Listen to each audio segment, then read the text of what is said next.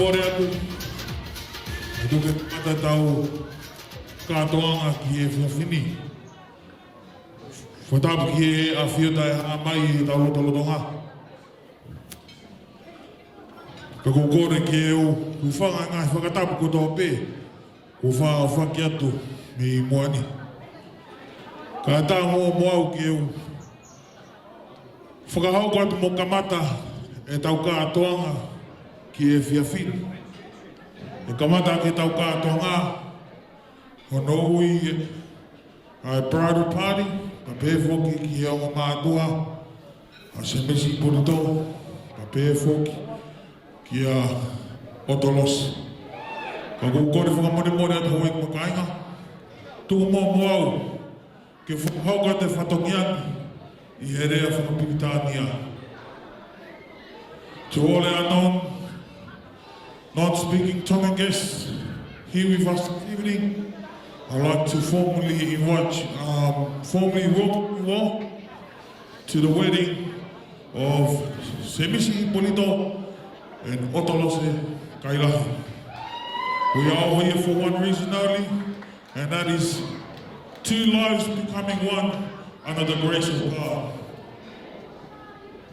And without further ado, ladies and gentlemen, we are going to kick off our proceedings this evening as we welcome the parents of Otolose Kailahi. Please, ladies and gentlemen, give a round of applause and a big welcome to Daniela and Liberty Tupou.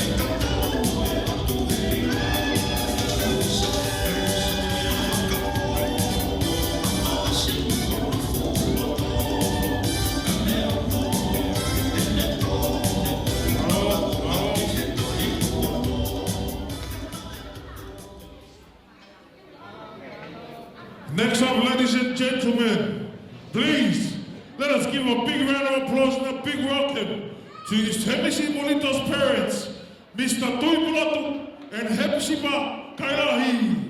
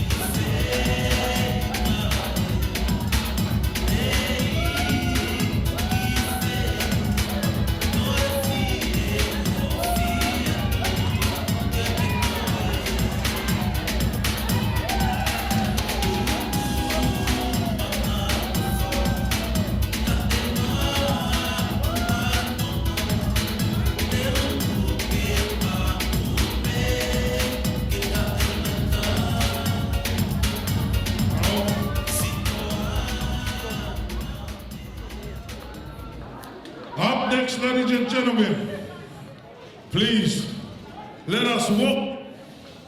There is too much of them for me to read out their names. I'll run out of breath, and we have to call the ambulance to come and take me. So we're gonna bring them all out at the same time. Please welcome our beautiful flower girls and our handsome page boys.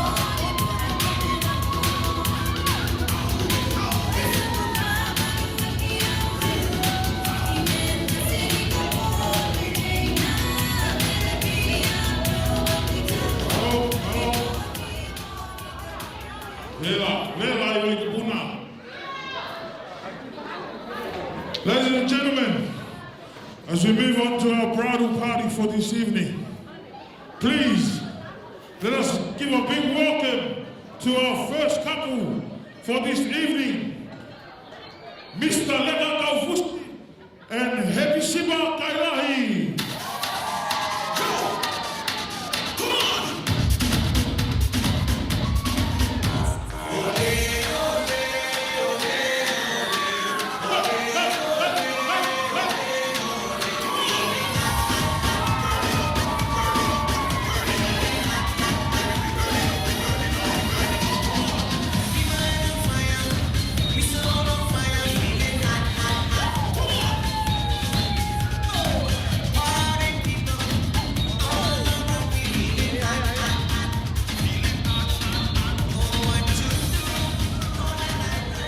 All right. Ladies and gentlemen, our second couple for this evening. Please give a round of applause and a big welcome to Kaupulu Palu and Lavinia Kaufusi.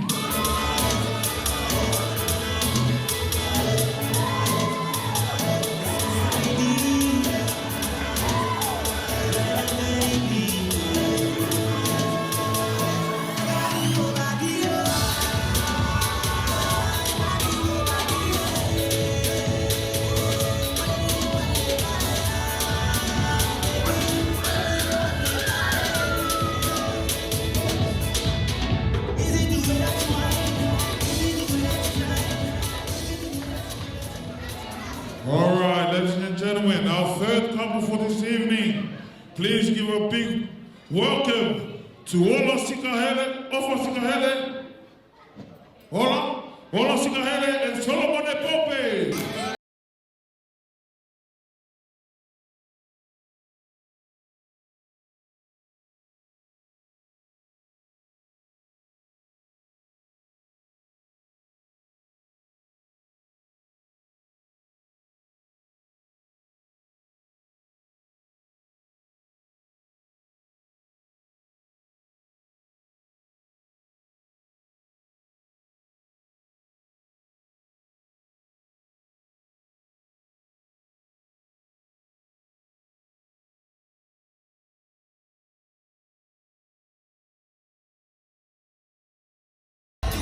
All right, ladies and gentlemen, our next couple for this evening, please let us welcome Maupapulu and Shonega Wakamuma.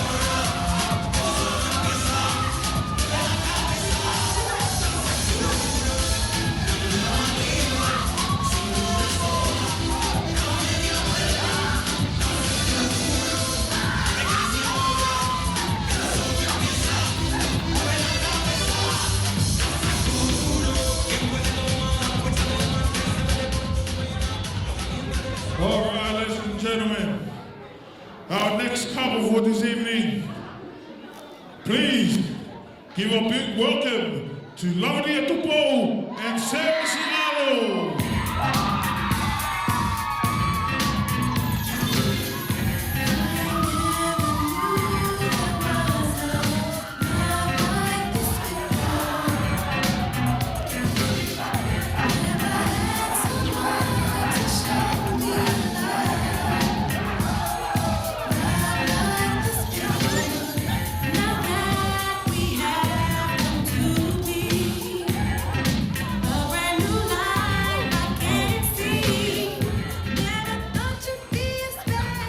All right, ladies and gentlemen,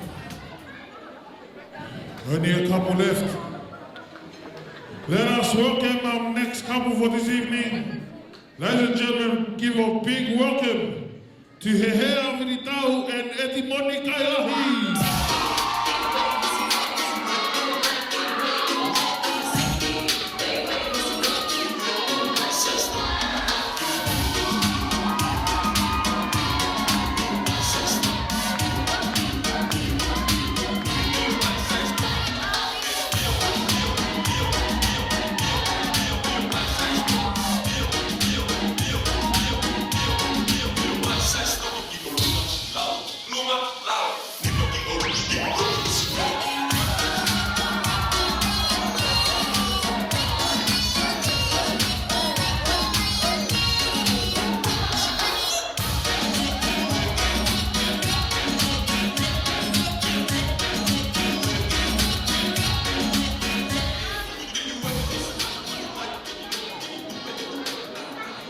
All right, ladies and gentlemen, we're coming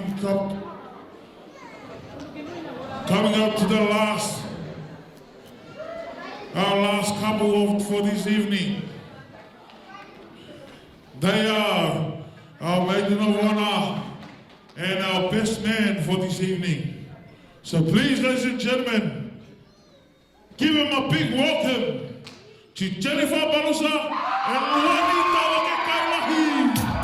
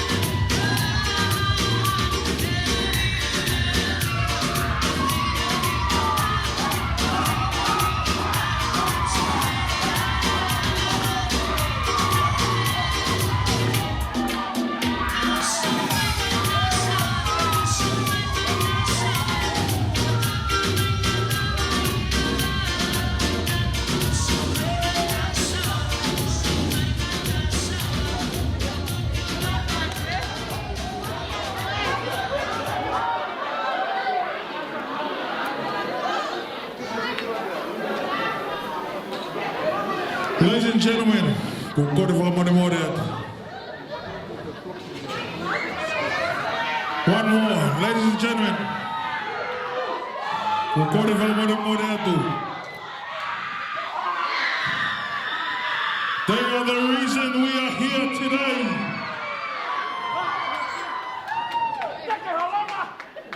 They are the reason we are here today. Vaikapuna, stand up! Halonga, stand up! Ladies and gentlemen, let us welcome our newlyweds for this evening. Otomase and Sebisi Polito Kailahi.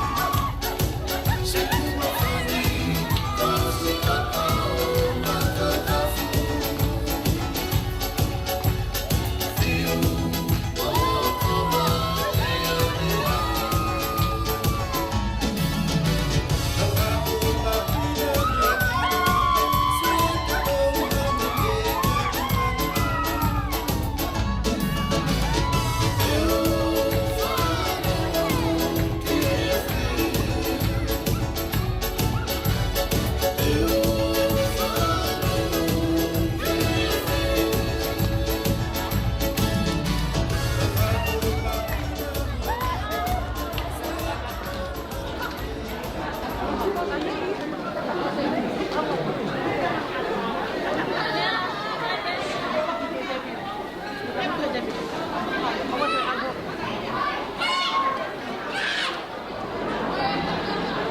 pamoe a fio a tua mafi.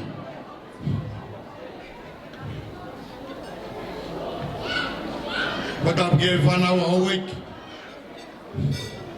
Tap ka tutu angkawa. Ka mamadang singa. Bega peito. Matua tau hoi whanua. Patap ke whankau se a hoi vai whanua. Mata whanua whatawhiri. Ka mai whaikau pure.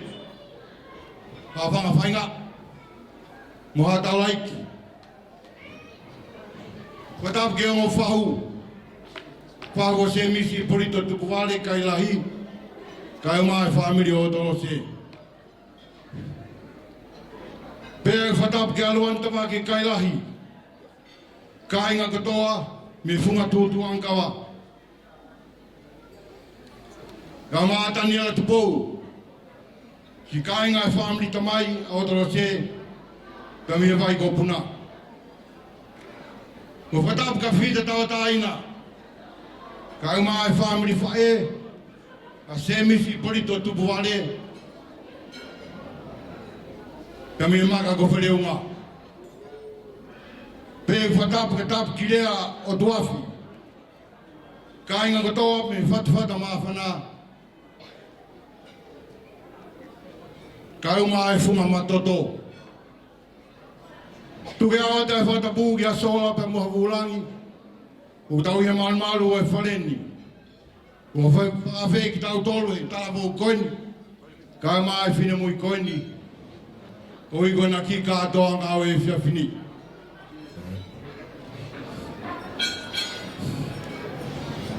O kia e kumana tua whai e watani. Ka soane pore, te nifa. O e tangata i kia ao tolo se kai lahi. Kai mai whinu matua mehi ki tanga lahi o i porito. Ko hep sipa.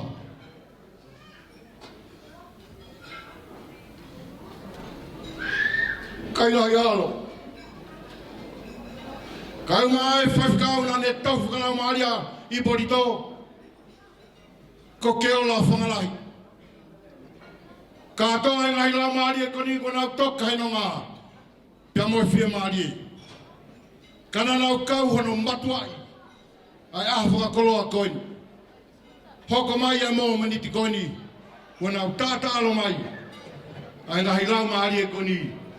Wana u toka he no ngā. Pia moe whia maari. Koia koe e whiwhini. Ngai ko tala nai whai he whai kau. Ka ilong hakatonga mari. Kua pau ke whakawhei ke ai e ko sisu kalaisi. Ka koe e whiwhini ko tau whakawhei a lau maari a maanio ni. O nge ko malanga nai whai he kau whai whikau isai o ne. Kena hifa mai mo haiwi me langi o tufa. I he maru e whareni. Ka lawa ke tau teke i ai whiri ke mamao. Ka tau mau e fua e lau maari a maano ni. Koe merino, pia moe whio whaaki, pia moe whia i eiki. Te koe ai o kou whatawange. Ki e iwi maalohi koini o lau maari a maano ni. Ke ne kau mo ki tau tolu, i he ki kātoanga o e whiawhini. Ke tau pō karama ke e whiawhini. E kamata ak pē rea, ai ngai whamiri tamai, a se misi porito. Hoko mai ai e whamiri tamai a Torose, hoko mai ai whamiri whae, a se misi, kato hoko mai ai e whamiri whae, a Torose. Ka ki mu ia, kore peke tau kamata pe mo e ki o ino uksa ia. Monu ia to a koe whalala ki ai. E tine ilo a siowa, ko ia e makatunga. Kore e DJ ke tai mai pe a tau foi whaseta. Pakahiri ko ia ko kore ke whai whakau. Pure ha whanga ngā. Mini kātaki mai o tāpua ki e tau ngā we o e whawhiri. DJ.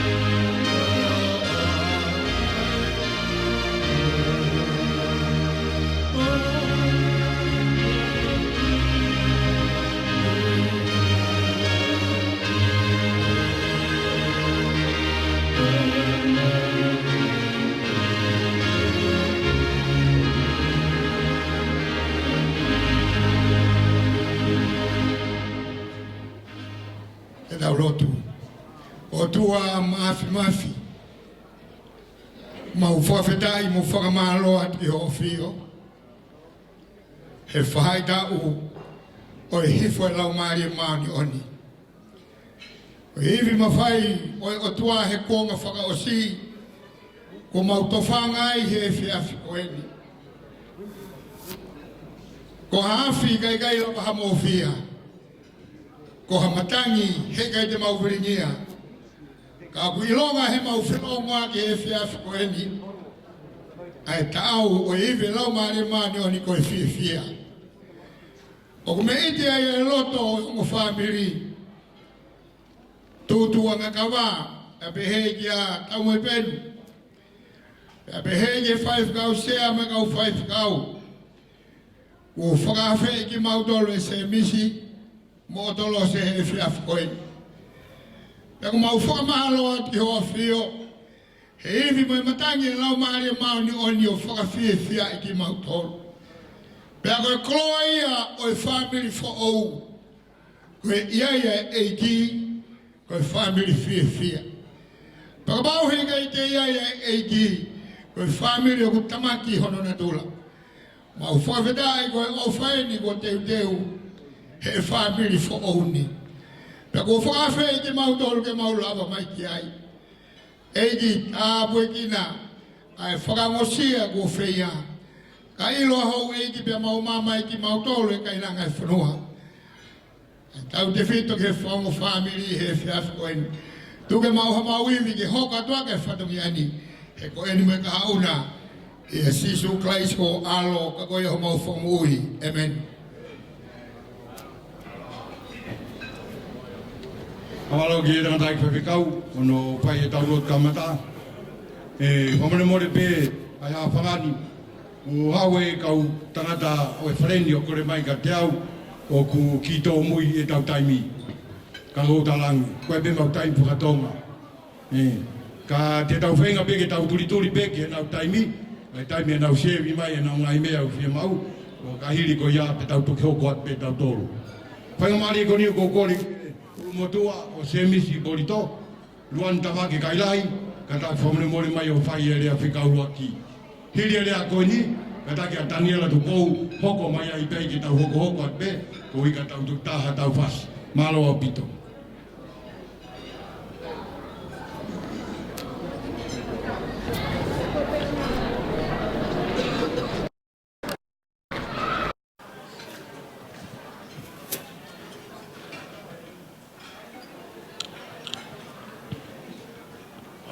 ko fa mo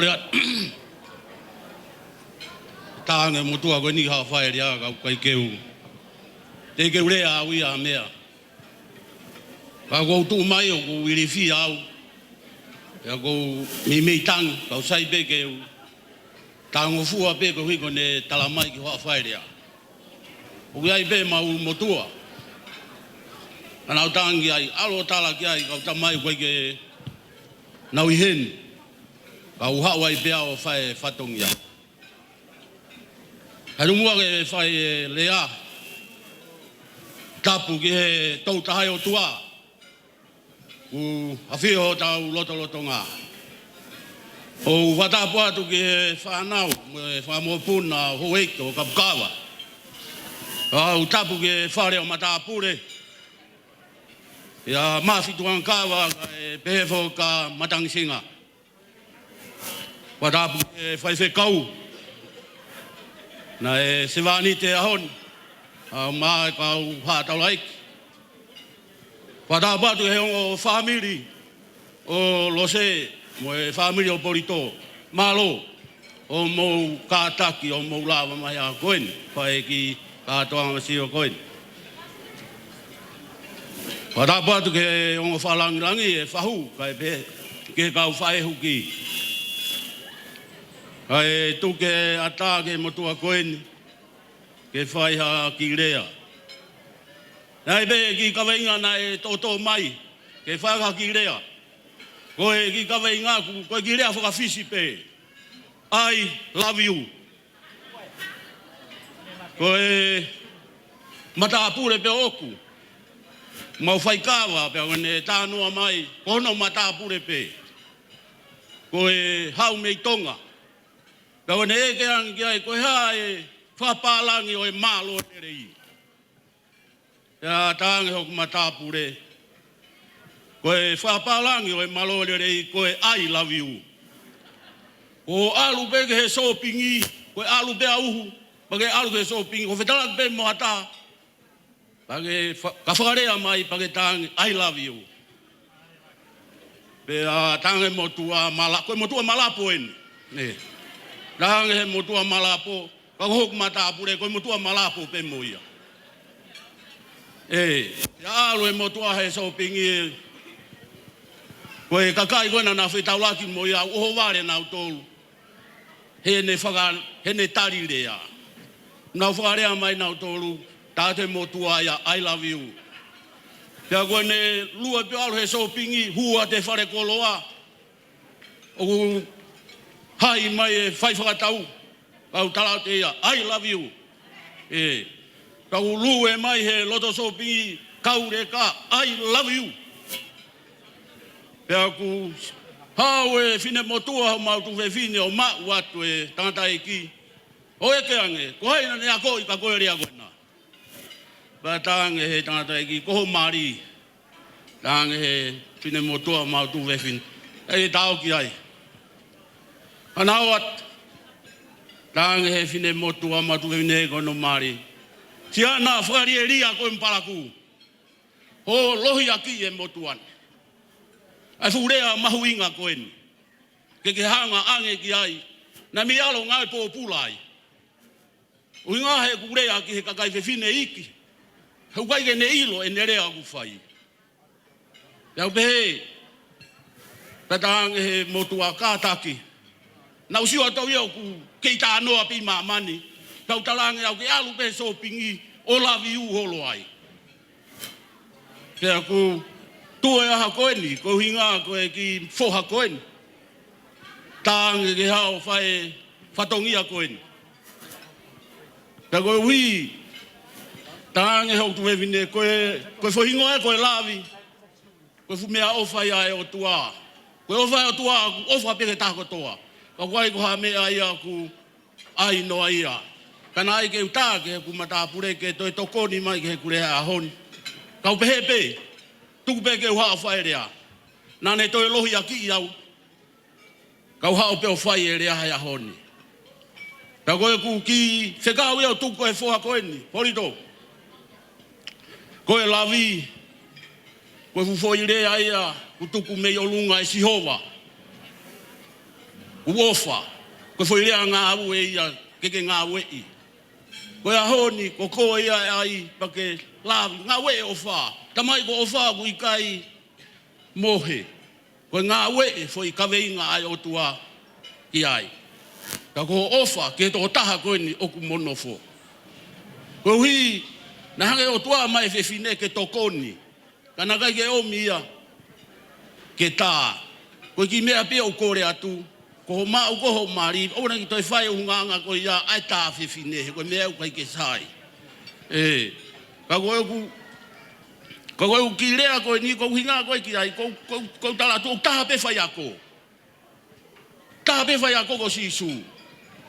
Ko to ia fai ako mo oni o tatau mo sisu. Ko fai ako ko ni na so mi e si ho vai ka fai ako ki mua. O mi anoa. Au pa pe ka kai he masiwa. O me fai ako ko Moses. Au pe he masiwa. Ko ni ne omi hono alo fai ako fa o si ben ka tau tolu. Si supe. Tamai ko fai ako fa o si pe ki mama ni. Ko ki ne fu mama ni ko ni o si ke te omi ha fai ako ya. Ta ko fai ako ke tu i ka si su. E omi ai te pile a si su o ai. I fareni. Pe to ha ke ne mama ai o fotu yo lunga. Ke tau mama he a ko ni. Ta fa malo ke o tua. Ko hui ko ne rangare rei mo ne o fa ki mahano alo. Ke ha o mate. Kana lava ke tau ta no ale rei mo tau fe o fani he a ko. Ko rea ko ni na lahi me e na ke om. Ta ko ki rea pe ko ni. Ko me pe ni ko mana tui. Ke fa ya ke kurea. Pa ko porito ko fa hingoa ki he mau tamai. He ko mau tamai kono hingoa ko se misi porito. Ta ko mau fa e ko mata. Ko mo tu lahi en. Ko tu pulotu ko ia ana fo ha porito. Ta ko mau toko hiwa. Ta ko malolo atu mau toko eta. E timoni pa u tonga lau te au. Pea ko au ko fika wha ko tawake au. Pea ko e fika ni mā ko e pisipa. Kune tō tau moia pa ko e fika o no en ko turei. Ko fika fitu ko la mata. Ko fika walu. Ko ai walu. Pa ko e sisi taha ko mere sisi wha. Ko e familia o ku hao me ai a porito. Pea ko wha manatu, ke wha rea e mau tangata i ki. Ko hi ke tamasiko ni pe ku hoko ka porito peika. He ko e mau tamai ko e siana off. He ko mea ko ne kawenga na e ua pe. Ko ne kawenga ko hono whanga tu fe fine pe. Mo ne kawenga ko e lotu pe. Pea ko manatu na e hau e mau whanau ho mau me tanga ki a petaha. Ko e hau pe o ewa mai pe a whakahua te mau whine e ki pe ko e holo i whe pe awhi mai. Pe hae mau tangata i ki o whahi e kulo mo e pereti. E a tā mai. O ana toi hau a whanau o whangatu whine heni. Ka ke toi ta ofi. E toanga ki he mea ko ia. Ka ke alu hawhi tū ka asea ta whanau o tu whine. Ka ke alo teu ha mea tokoni ki ai. Ko e ku manatu ia ke na tai ki. Pena e ai ha mea taha na usio ai. Na e hao e taha me uta ku. Wai e whetaaki. Ko e ngahi ngatu e whinei koe ni. Pea na e mea na ita e mau tamai pa tamai ke tānaki mai whetaaki. O tutuu. Pea awo tutu he awhi. Pea usio ke mau whae o tangi pe. Pea e ke atpe koe haa tamai. Ko e mea e ni e vare ai whanau. Ai fuka ingatu koe ni.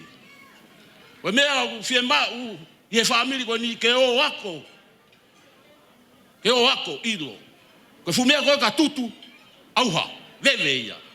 Koe mea ena, ai he mau tamai, patang he mau tamai, saipe, e tutu peka, e toi ngahi, ka toi tō peha hiapo, ke toi ai hao ngatu. Ka oua, nā tau toi whanongo ki halongoa, mua whahinga mea pehe, he kulahi alongoa a, koe furai vewe koe ni. Ka ko whamalo, hene hao o talamai kau ki hoa whaerea. Kau tāngi ki ai tamaya kau koe urumotu a pau tāng kātaki. Ko hingoa ku urumotu a. Ai luan tawa ke. Ko hingoa ia e whamiri. O wai au. Ka ko au ia kou toko ua pia o kuia. E kuia i peho mau kakai ke na ua ma whae whatongi a. Ya ko whamalo lahi ka mōtou e whamiri tamai ko toa mo whamiri o otolo se. He ne tāria e motua ko e nia porito. Na e whatala mai e toko wā Whasio he siasia no fuha. Mau ta mau na whakasio na toria koe. Kau kai na whakasio na toria ho fuha.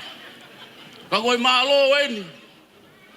O asi hau a otolo se o tari ho mau fuhani. Ka pana whakau nei ave ki tong he kai beto ma hatahaya. Ka koe whafeta eni. Ko tari lerei ai kore ai motua koe ni. Ene hono fuha ke whae ki katoanga he aho koe ni. Ko o whalai atu ka mou tolu he ahoni. Malo ho mou kātaki pa malo ho mou lava mai. Rewa maranga tau atu. Sone wahe tolu vestaha no. E nai ofa pehe ai o tuaki mamani. Nan fuaki ono alo tope tāne whatupu. Ko e ohe. Ko ia ko toa peu tui piktai ka te ia. Ke ua na auha. Ka e mau ai mo itangata. Awha koloain. Mau kakato hin. Mo. Ulot. Wake. Fea. Mere. Ulot. Mere. Mere. Mo hau hen. Wake. Mo hau. Fea. Fe. Mere. Fea tu rei. Ah. Wha fia ani. Mau kakato hen. Mau. Koe kia hataha e tai ni a mau tolu. Whapapa ka mau tolu ka whatkau. Kau maa e kakai ko toa peku lo nuku hen. Koe ke mohanga mau tolu mea e motua koe ni. Ko sisi tahau. Ko whika walu e whamiri koe ni. Pea ko tamai. Na mawhi au. He taulahi. He manofo hen ni. O kuongo. O ku puri atu. Pea mone lai puna ke. Ko more ai kakai na whawhalala ai. Tō e pe a awhiona. Ko e makalau I kuonga. Ka inga. Ke te mea mahuinga. Tāri a sisu. Ka mou mai mou I tā ngata. He kai ke awe tau tōlui ha mea ki langi. He kai ke awe tau tōlui toka te rine pe ko si asi. Ko rea whaloto lahi ka te ki tau tōlui aho koen. Tāri a sisu. Ko eki mo whamu oi. Porito si. Ko sisu I e whamiri. Ko whamiri fia fia. Ko sisu I e whamiri. Ko whamiri fia fia. Ko mea e o whe mau ke asi mai a te tau tōlu. Whe maa sisu ia. He kai ke lawa hatahi o awe tau tōlu ke pureanga. Tau tāria sisu. Ka tau maa e pureanga. Ka te tau whe ofo o whani ai. Ka te tau nofo merino ai. Ko tūtū ni whaos pēa sisu ke ne kau ako. Ko mea ko hawa e pōni. Mou nofo whe ofo o whani. Ko mea pe iro ai ki mou tōlu ko kau ako. Koe ke maha koroa. Koe ke maha mea. Mea pe taha ko mau. Jesus in my heart. Ko mea ko rea ki ai. Ko mea ko tui ki ai. O ko whakaamu ke tau pehe ko toa. O te tau lau siasi, o te tau lau toka te rine. Nofo ia sisu. Nofo mau ia sisu mone polopola. Ka te tau iku ai ke mo I tangata. Whapapatu ki mo tolu. O whalahi atu. Me whamiri tua ko ni. Amen.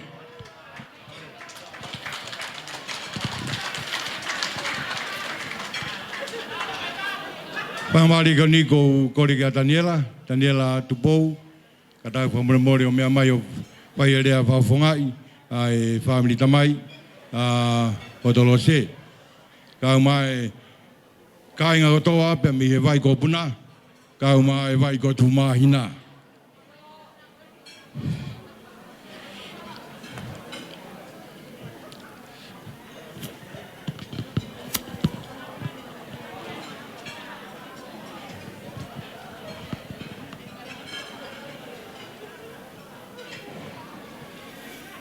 Whatapu ki he o toa mafi.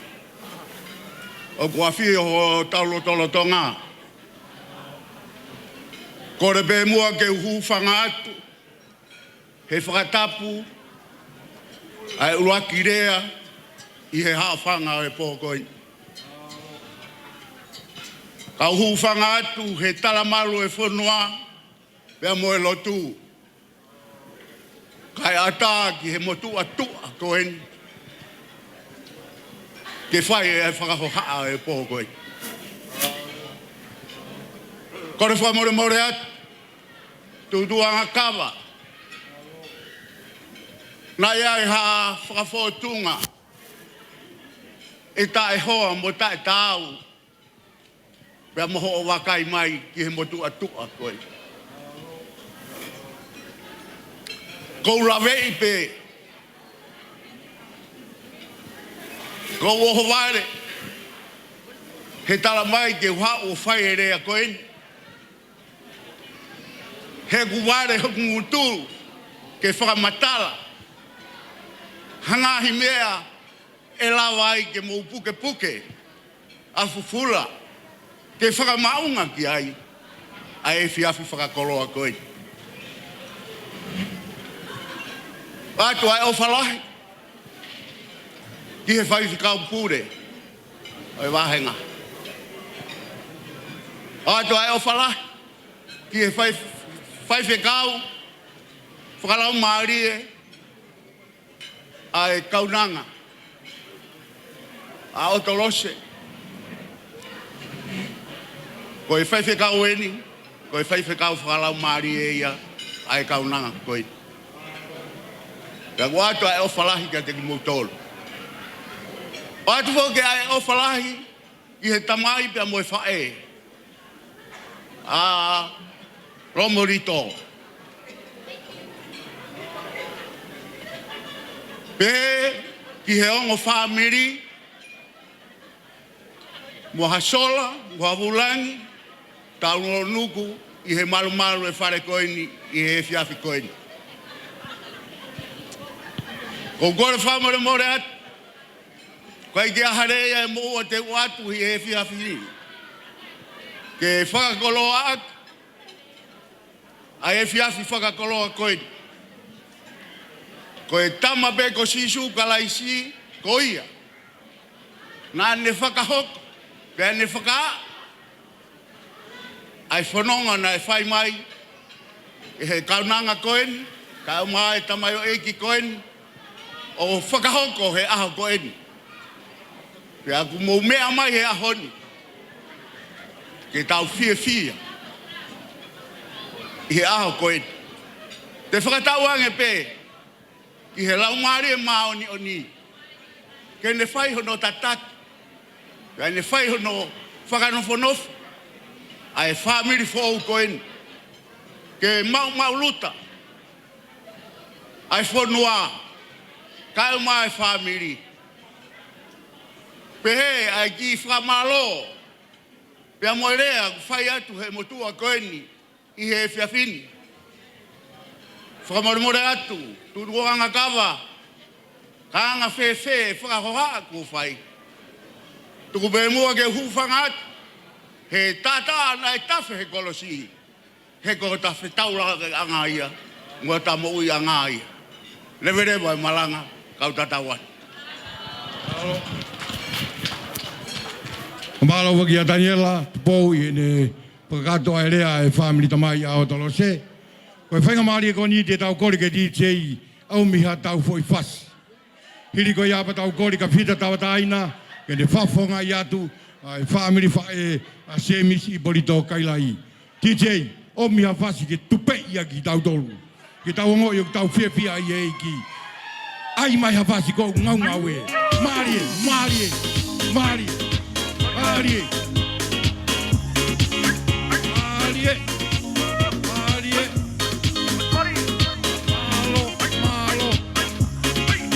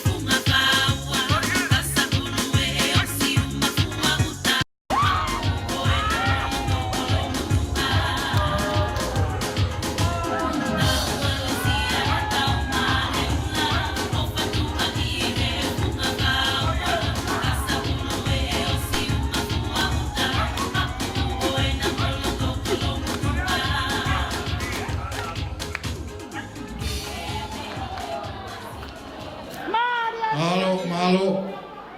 I whai ngā maari e koni kore mai ai kau ngāwe o e wharendi. Ko i koe mea nau kore atane nai, ko i koe nau taimi. O nau taimi e mea kotoa pē o kwhai.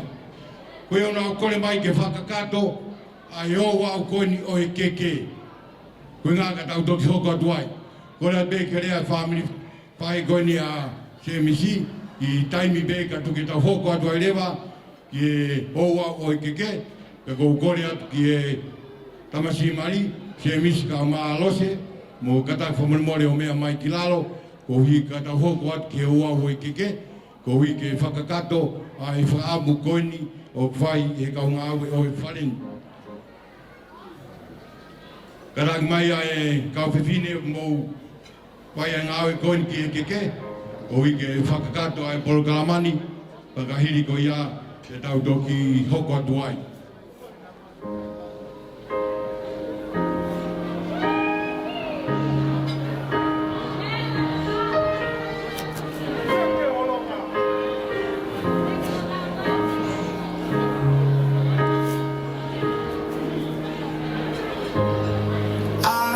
Found love in you,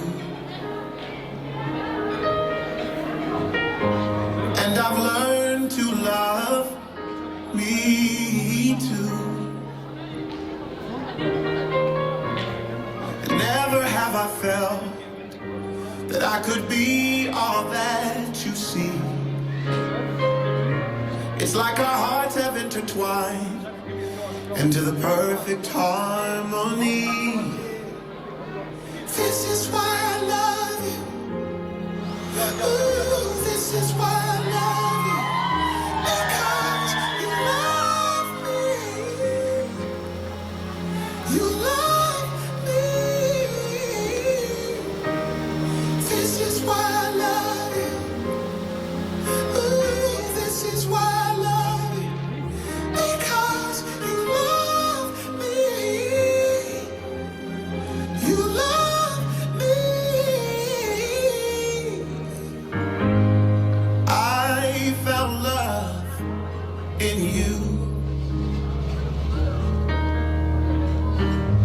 and no other love will do. Every moment that you smile chases all the pain away. Forever and a while, and my heart is where you'll stay. And this is why I love you. Ooh, this is why I love you.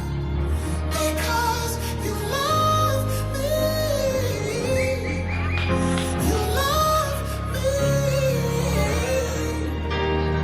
This is why I love you. Oh, this is why I love you. Because you love me. You love me. The stars have all aligned, and right now is the perfect time to say, I love you, I love you, I love you, I love you, I love you. I do. This is why I love you. This is why I love you. Because Omre mone mai ai kau tangata i koe whikau. Ka mai whau mo motolo ki e te birikua, o mea mai ki ai amola i ata, pia boi o mea mari.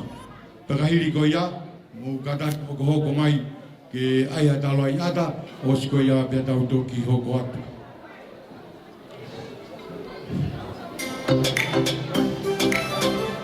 Katang mai e kau, anai ki kau e kau, o mea mai ki ai amola i ta, pia boi o mea mari.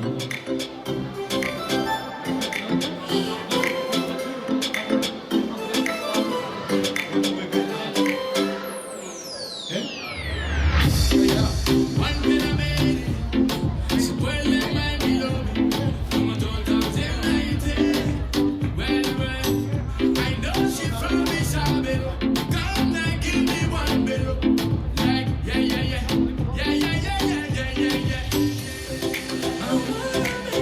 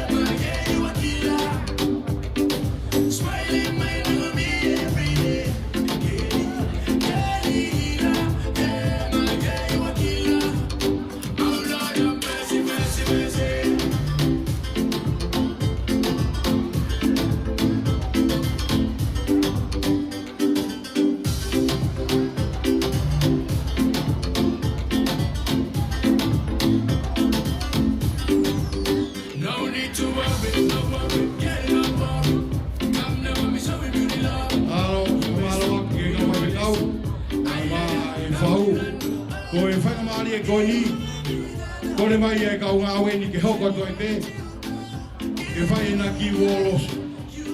Koe ngā katau kuru whakakato atu, a ngahi polo kalama au koko.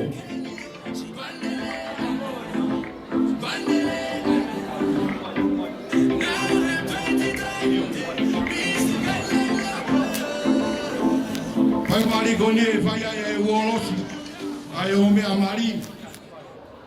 Koe fōwha taimieni e na ki hula hula. Ka koe ne whakaosi ai pia. Nā kore mai ki e ka umlaini, mō kataka tau hoa ange, o kau he uolosi. Kataka e whanau tangata. Ore ko.